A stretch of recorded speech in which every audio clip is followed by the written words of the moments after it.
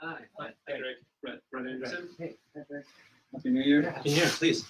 I think both of you guys have my cards already, right? Yes. Okay, and we've already started the Facebook Live, so just have a seat. Okay. So how's the New Year been for you guys? Busy? Busy, okay, awesome. It's only like today is like the, what, 6th day? So Yeah. can't be too busy, but. It seems like it's already well into the yeah. Thanks for coming out. I know it's kind of rainy today, but. So how's life in a smaller council? You know, it hasn't. We have yet to have our first. Not yet. We have to have our first meeting. But what I'm hoping though is that it allows for because right now it's kind of like with 9 people. It's kind of like you have these really long meetings, right? So I was on the planning commission, which was only 7 people. Oh. And so I have kind of experience with just 7, right. And it's a lot better because you don't have. Round robin of 9 every time. That's right, right? Yeah. And so, and also, yeah, I don't really know, like, 1 o'clock in the morning, I'm not sure how good of a decisions get made at that time, because at that time, a lot of people just want to go home. For sure. And so, yeah.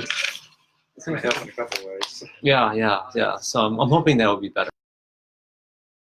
Also has some time where they said council parties that we talked about. Yeah. Hey, Greg. Hey, good to see you. Sorry about that. Yeah, no problem. So we started Facebook Live here, so just want to let you guys know. Let's see. Can we get everyone somehow? I don't know. You need like a super wide angle lens or something. Okay, I guess as good as we get. There's a window open. No window. No. There is no window, or that's just open. There's no glass. That was close. It's close. The noise comes with 1 pane of glass. One pane of glass. This is the oldest building. This is the frigid. Yeah. Okay. Wow. So this it's like, in an extremely well insulated, well constructed building. This is like. This is the antithesis of that. Yeah. Exactly. There's. That's a daughter Genevieve. You've left your window open. I can tell from downstairs. Yeah. No, we don't. This is not the epitome of green building. We don't want to call it green. We want to call it energy efficient. Yeah. And cost efficient. I think that's the big picture, is cost efficient. Yeah. No, It's not cost efficient. Yeah. Okay. So Greg was just saying how nice it's going to be to work in a council of 7 rather than 9. I think so, but we'll find out. More effective, efficient decision making and discussion that help.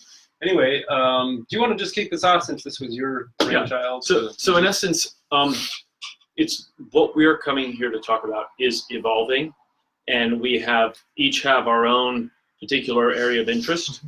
Big picture, we want a Green New Deal for Palo Alto.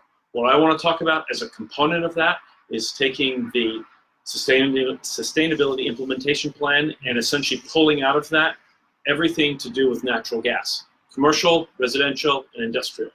In essence, it's a fossil fuel. We've all here, I'm pretty sure you have to divest it of our fossil fuel stocks. Well, every time Palo Alto spends $6 million, $7 million scheduled for every year, we're further investing and putting ourselves into the natural gas world. Sure. And as a business person, as a chemical engineer, that just doesn't make sense, that we know we're going to have to give this up at some time.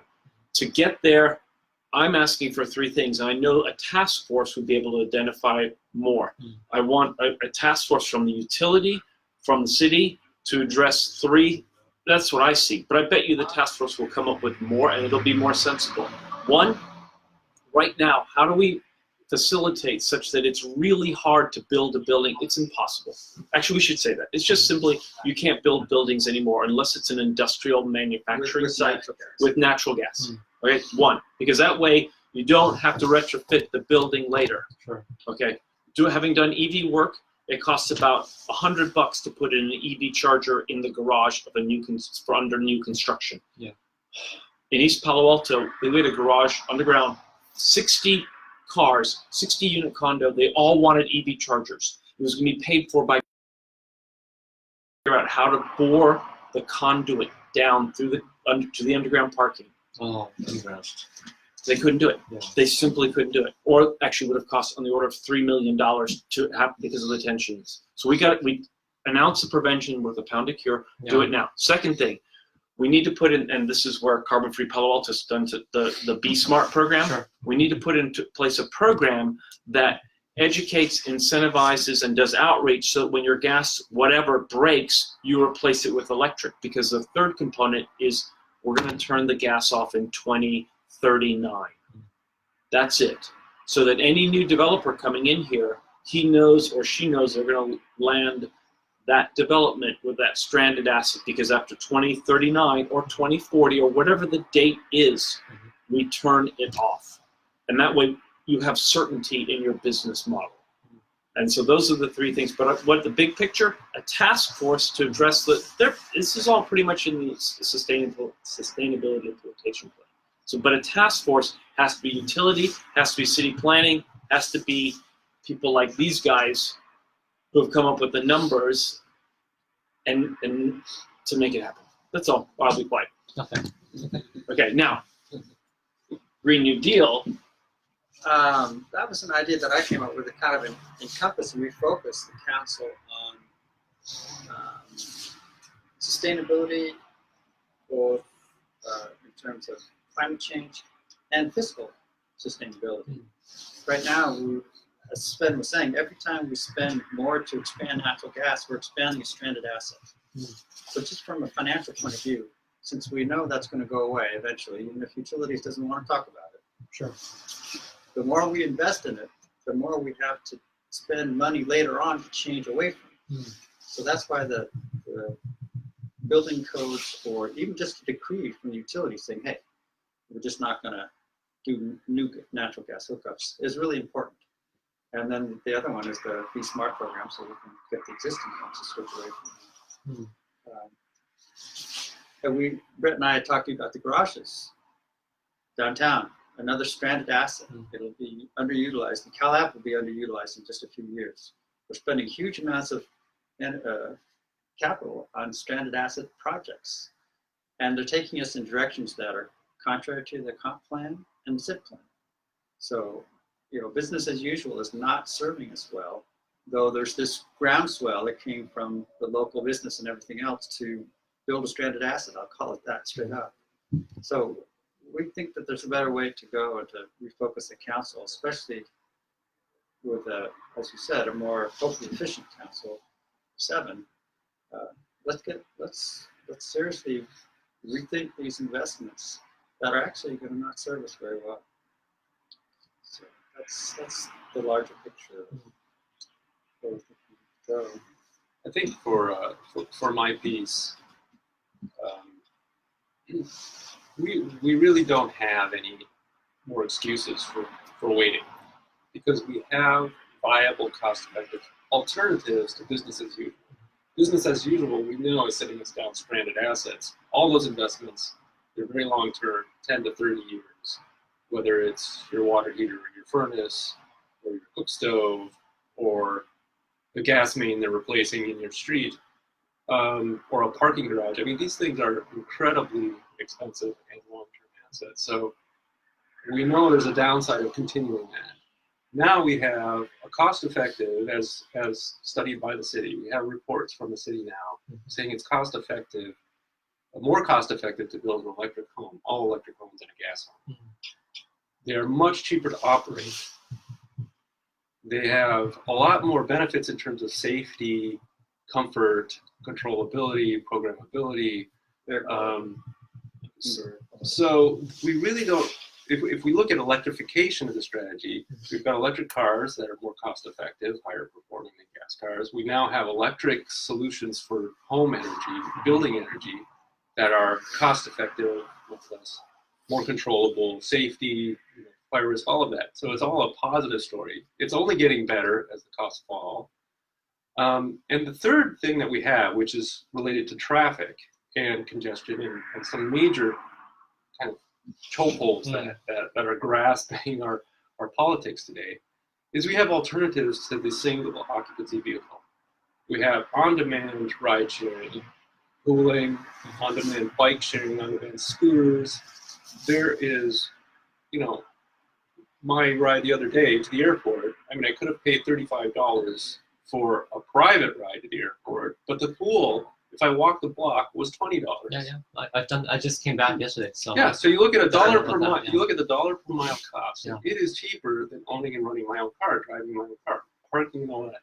If we wanted to, we could shift a $40 million investment in a parking garage into an amazing public mobility service, and it's all provided by private contractors who are ready to go. So we have an alternative to the single occupancy vehicle, which is we're at capacity as far as our roads are concerned. The only way to increase capacity is to put more people in those vehicles, Sure. or put them on bikes and walking.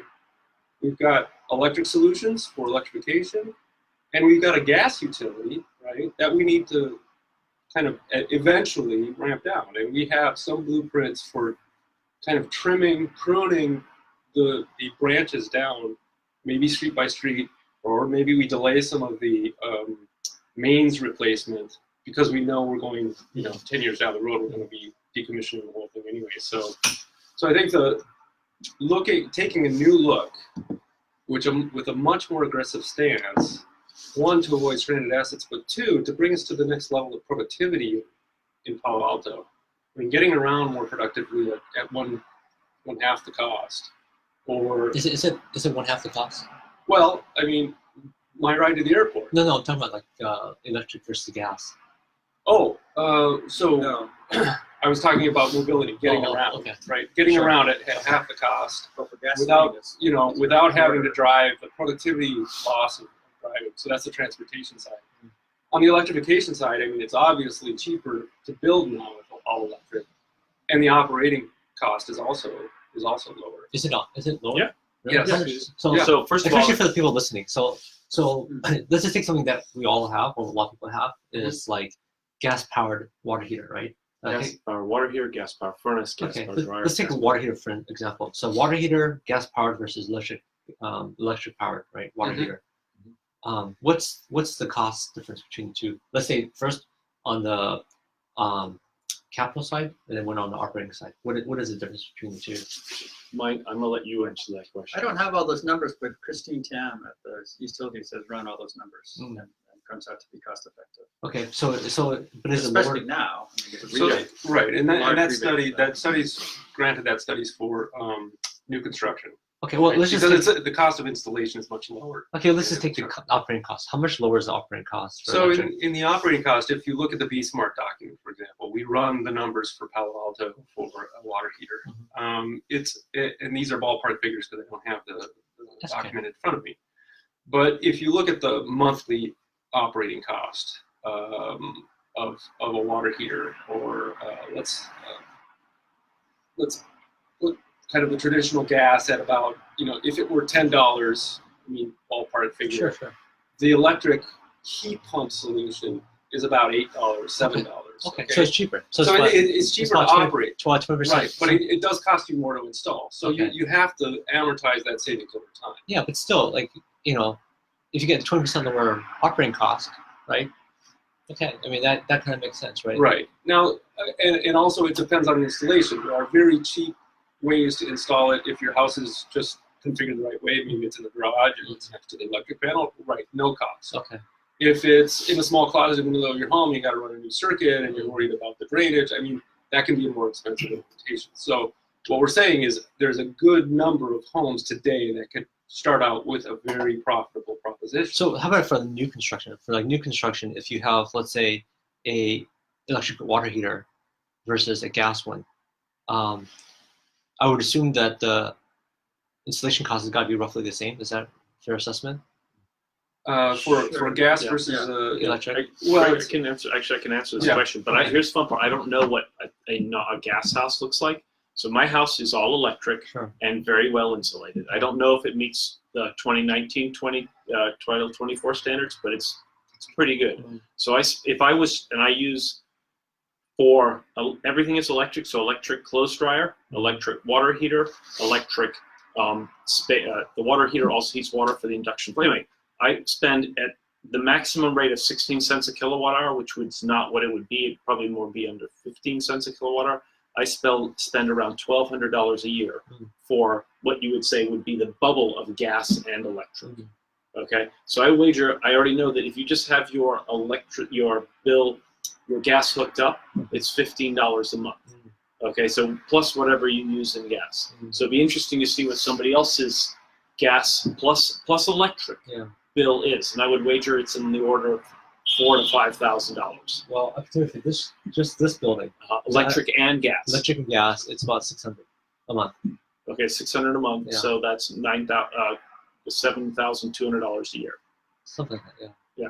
But to answer your question, yeah, the installation cost would be about the same. Okay. At new construction, it's very easy. And the catch right here now is that Palo Alto does have a REACH code, which is beyond the normal Title 24 code. That's good. The bad thing about it is that most people are meeting this code by putting in on-demand gas water heaters. Oh, you mean the Tankless. tankless? Yeah, Yeah. tankless. Okay. What's the problem with that is the retrofit later on to a heat pump water heater is way more difficult.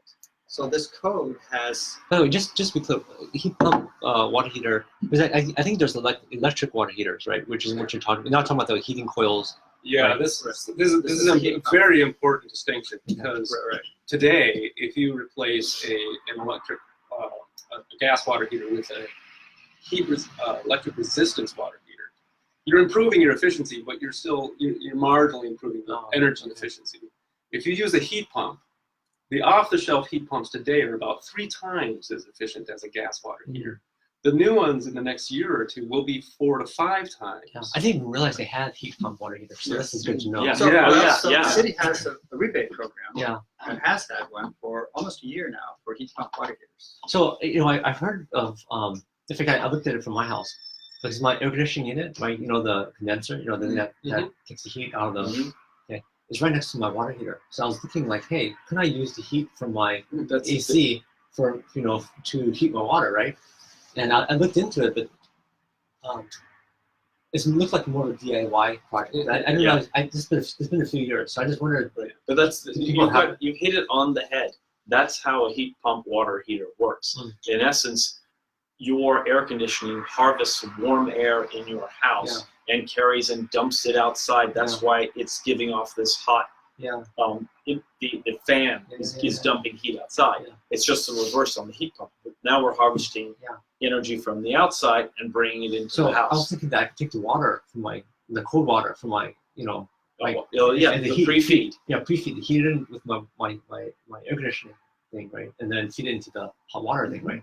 Sure. But it just looked like I looked into doing that. It just seemed like I couldn't just buy something. I had to it looked like It is a little more difficult It looked like a because significant DIY. Right. That is. project. the Also, two you want to appliances have an asynchronous exactly of the needs for each other. Yeah. So typically. combining them is sometimes difficult.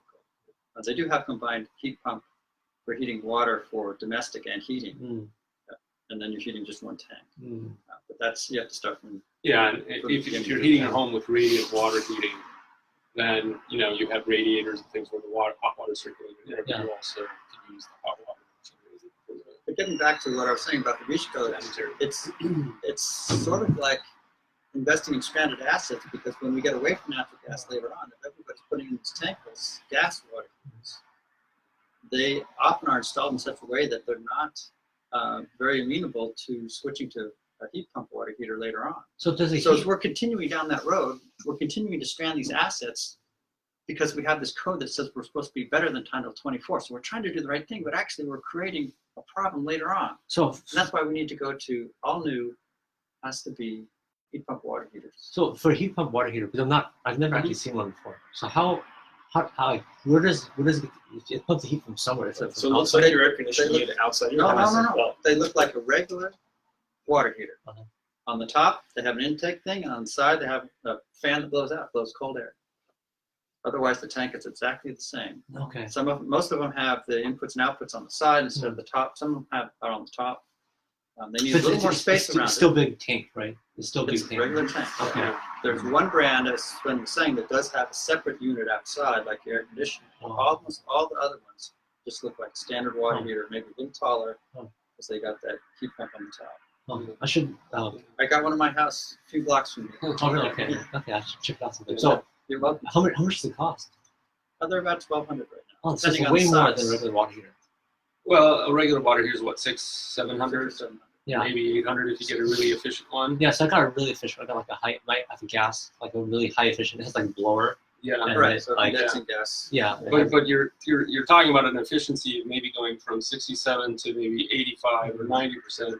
You'll never go much over 90% with a gas. With a heat pump, you can go 300, 400, 500%. I mean, you're 4 or 5 times more efficient, and so that's what's driving that operating cost, that electricity. Even though electricity and gas is so low, it more than compensates for the price. So next time, like my hot water heater breaks, right? I can replace it with a Heat pump water. heat pump. Now, does it last longer? About the same. About The the same, tank is okay. the main part. It depends. Of course, there are ones. I mean, the separate units that you get now with you can put a unit outside to the fan and have the noise outside, and you've just got a tank. Yeah. It's a stainless steel tank. It lasts forever. That one So is those, Cadillac. you It'll know, cost you more. Right. It'll So last there's all longer. kinds. There's all kinds. Yeah, and this was integrated. So what they, ours supplies, it creates the hot water for the radiant floor, and there's a tank there, so it creates the water for the potable Yeah. as well. I see. Yeah. So that's an integrated system. Mm. But so the point being is, we're at an inflection point now, because now we have solutions that are cost effective. So cost aside, they're higher performing, they're safer. There's no fire risk. There's no NOx emissions that cause asthma and keep the air quality. There's no required ventilation for the house envelope. So there's all these other advantages from a performance standpoint. Yeah. Now that we have the cost, and we know all the trends are improving on the cost and performance side, there's no reason to not go aggressively in this and stop investing in the dead end of fossil fuels. So I think that's I would just like to keep that large strategic picture in mind, to put some wind behind the sails of council saying, look, city staff, we need a plan. We said 80-30.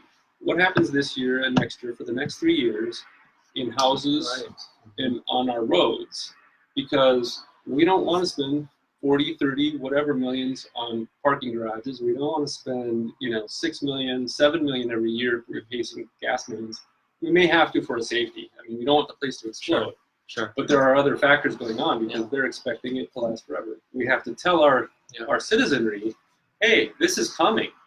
Yeah. Don't think you're going to be on gas forever. I mean, we've got to make this switch. We're talking about a 10 to 20 year time frame. Get everybody's mind set, and then we'll be able to have a little bit of movement. But the thing is we're just not asking of staff to give us the answers to help us make the right financial and strategic decisions. So, I know one of the big motivators was have you guys seen Downtown Project?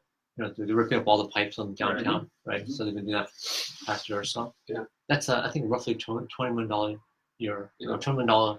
It's a lot of money. Yeah, it's a lot of money, right? So, so I wonder, if all the money we're spending on the gas infrastructure, right? How much is that costing us? Right? Yeah. Well, there's Right. this the plan. I looked at the plan for gas for the next 4 years. Yeah. $7 million plus just replacing mains in the next 4 years. That's each of the next 4 years. We're going to spend $7 million replacing mains in the street. We might be able to say, let's spend $7 million to get this street off of gas. Like, what if some sort of rebate or something like that to get people to replace? Sure. Their Sure. Sure. So if we just kind of look at the smart kind of planning, sustainability lens on these investments, there's probably a way forward that eventually saves us a lot of money and saves the city time, because they get to focus on things that really are meaningful, Sure. rather than all of these projects that kind of just have no measurement and no appreciable impact on our. So I'm just trying to think about this in terms of unit economics. So it sounds like for gas or heating water, electric is, if you use an electric heat pump, is about 20% cheaper, right, to operate. In our scenario, depending on the particular size of the unit and the house and the usage per per year. Yeah. It can vary, but from the calculations that we did, there was probably around 20% Okay. difference. What And about from the maybe study, the 10 to city did, 20%? the city commissioned a great big study, which actually looked at statewide, because everybody's interested in this, that Right. showed Yeah. the cost effectiveness. Which is In that's new buildings. today. Yeah. 2 years from now, that's probably going to be 40%, Sure. 50%. So let's look at like heating, like the Mhm. space air, right? Mhm. So what about heating air? What's the cost difference operating, like for like heating spaces? Right. So that's another, again, you're using a heat pump to heat air, to do it that way. Yeah. It's cheaper. I wanted to actually interject one thing bigger.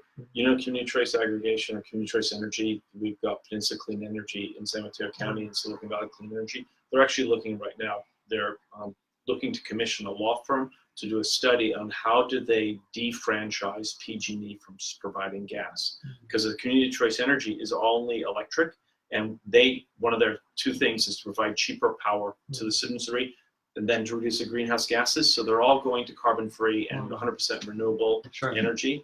But they're looking to, right now, I'm with PCE, they're looking to how do they get PG&E legally out of the franchise business and turn off that natural gas. So this is going on around us even faster. And they're looking at doing really strong reach codes to do exactly what we're talking about here. Well, so we need to hurry up and lead. But just in terms of like operating costs for like heating space, is it cheaper using It must electricity? be. It's cheaper because again, this is cheaper because again, I want someone with a well-insulated house that still uses gas to go look at their utility because this is what doesn't happen for both electricity and gas. And then two things, important things. When they look at that gas, understand that gas price is abnormally low because it's assuming that it's going to be around for 40 years. Yeah. If it's going to be turned off sooner and there's going to be a decrease in use, the cost of service is going to go up per person. So that cost is artificially low. I think like for my house, I got a hybrid heat pump gas. So like it's like heat pump, and then it also has gas as a backup. For space heating? Yes, for space heating, yeah. But I don't know, like because I also have that's for one part of the house. The other part of the house is just all gas. So I don't know like how much it's costing. Yeah, I don't know like how much. It's hard. It's hard. Yeah. But I think it's safe to say the operating cost is less. But the city is doing the studies. They've got cost effectiveness studies, and the real issue is it makes definite sense installation and operating cost in new construction. Yeah. It's only a question of how fast we go on the existing buildings because the retrofit installation costs are so high. Well, I mean, Palo Alto, it's mainly existing, right? We don't have that much new development, right? As a percentage. Right. Okay. So we need the existing homes to be covered. Yeah, so that's why I'm just curious to know, like, what's a operating cost difference So between? we can get you some of those numbers, Yeah, but we can get those. the question is, would you be able to carry this to council and support this type of proposal? I mean, on a hot water heater makes a lot of sense, right? On the space heating, I think it makes sense, but I don't know. That's why I'm interested. But what are you going to do in 40 years about your space? No. Well, assuming it makes sense. sense. Assuming it makes sense from an operating cost. Yeah, then I think why not, right? I mean, it seems like you could like. I mean, you think about how much it costs us to for the gas infrastructure, right? Then there's also the danger, right? You all heard about San Bruno, right? So there's all that stuff as well, right? So, And if the city doesn't want to turn off the gas, they could say, okay, you're putting in a stranded asset. We're going to charge you up front for that gas connection. yeah, maybe that's what. And it's going to cost you $50,000 because we're going to have to take it out later on. Well, you maybe just leave it there. Maybe the gas piping. No, on new construction. No, I'm talking about maybe the gas piping that we have. Maybe it's used for water one day. I don't know if that could be the case, right? So we have extra water pipes. Or it would be gray water. Oh, gray water. Maybe use it for gray water or something, right? But use it. Maybe we could do that. Yeah. Actually, that's an interesting idea, right? But don't go there. Yeah. That is, no, because what we really need to focus on, we've talked about this. We need to convince 4 of View's council members to put together, to carry something forward. Have you talked to UAC already? Not yet, because the important part, it's not just the UAC, it's also city planning that needs to get, that's what we're asking for, a task force that's made up of both parties and plus others. To let you know what's happened, Brett and I and other people are on a technical advisory committee for the building code update. And that's where the staff did the study. It was cost effective for new homes to go all electric, new homes for small businesses and large residential remodels. So that study's been done. Everybody was at the table. Well, We had utilities, we had planning, we had the assistant city manager, all those people were there. I've had to The replace thing my is, water. the staff is a little too timid to go forward on this. So they need the backing of council to Well, to make me, this happen. Like furnaces to break eventually, and water heaters break eventually. So like Stoves those break eventually. stoves, yeah. My stove's already electric, so stoves break eventually. So I mean, it's like yeah, we made a good point, but it seems like this could be part of a program that can do some of the replacements. So thank you guys for bringing this up and educating me about this. So this is helpful. So I mean, your bill, your a couple of months worth of bills, and I will do those numbers and we can compare. Okay. And any other questions you want for follow-up, make sure you get in touch with us. Sounds good. We Thank would you. like to make sure you're fully informed. Boy, thank you for So, coming. all right. Yeah, thank you for coming on a Great. great day. Sweet. No, I'm Thank you. just like Thank you for your so time. sorry because it must get roasting in the summertime. Yeah. Oh yeah, it does. It does. This is not the epitome of energy efficient building.